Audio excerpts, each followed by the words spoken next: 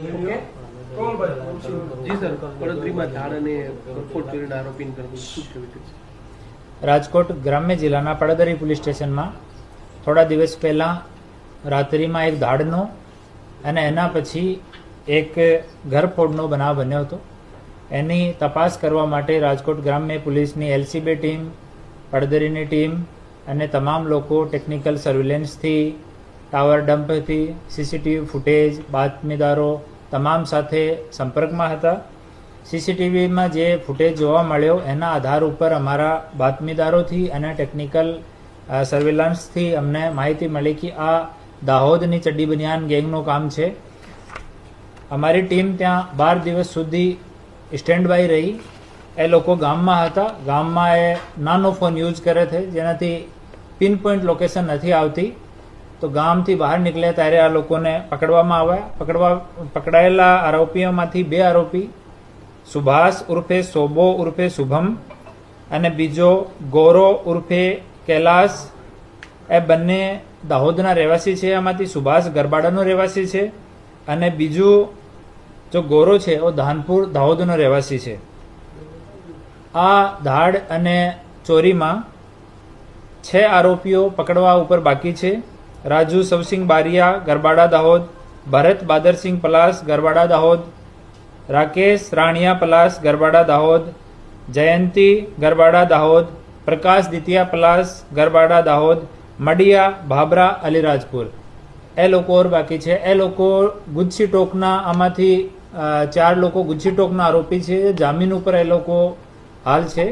અને જ્યારે આની કોર્ટમાં તારીખ આવતી હતી ત્યારે દિવસમાં એ લોકો કોર્ટ અટેન્ડ કરતા હતા અને રાત્રિમાં પડદરી કે આજુબાજુના એરિયામાં જો પણ જગ્યા મોકો મળે ત્યાં એ લોકો ચોરી કરતા હતા. અને ત્યાં કોઈ માણસ, એક માણસ મળી જાય તો એની ઉપર હુમલો અને ધાક ધમકી આપીને લૂંટ પણ કરતા હતા. આ આરોપીઓ 3 ચોરી અને ધાડની કબૂલાત કરી છે. એક પડદરીની ધાડની કબૂલાત કરી છે, બીજી પડદરીની ચોરીની કબૂલાત કરી છે અને ત્રીજી રાજકોટ શહેરમાં રાજકોટ તાલુકાની એક ચોરીની કબૂલાત કરી છે.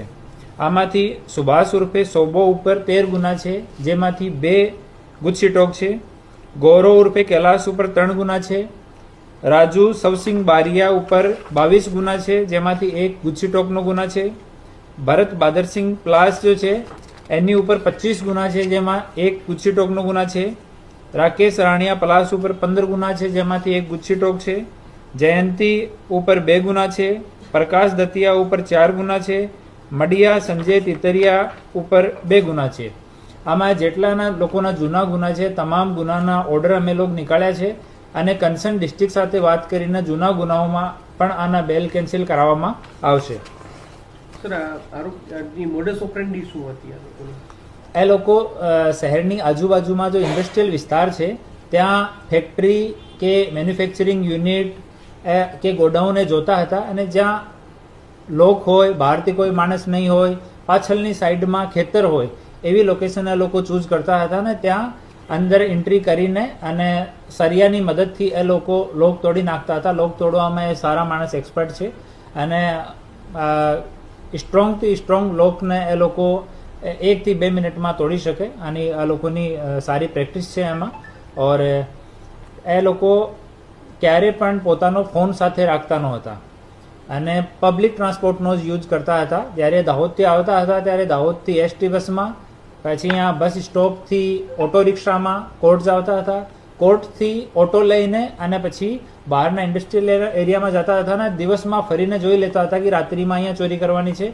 પછી ખેતરમાં બેસતા હતા અને નાઇટ સુધી વેટ કરતા હતા. જ્યારે 1 વાગ્યાની આજુબાજુનો સમય થઈ જાય ત્યારે એ લોકો ત્યાં ચોરી કરવા માટે એન્ટર થતા હતા. એક સરિયો જેવો એ લોકો રાખે છે, સરિયાથી જ તોડી નાખે છે. અને આમાં 3-4 લોકો અલગ અલગ રોલ પ્લે કરે છે. કોઈ નિગરાની કરે છે, કોઈ લોક તોડે છે, કોઈ કેસ હેન્ડલ કરે છે. સારા અલગ અલગ એના તમામના રોલ છે. 4-5નો ગ્રુપ અમુક તમામ ચોરીઓમાં આ લોકોનો રહે છે.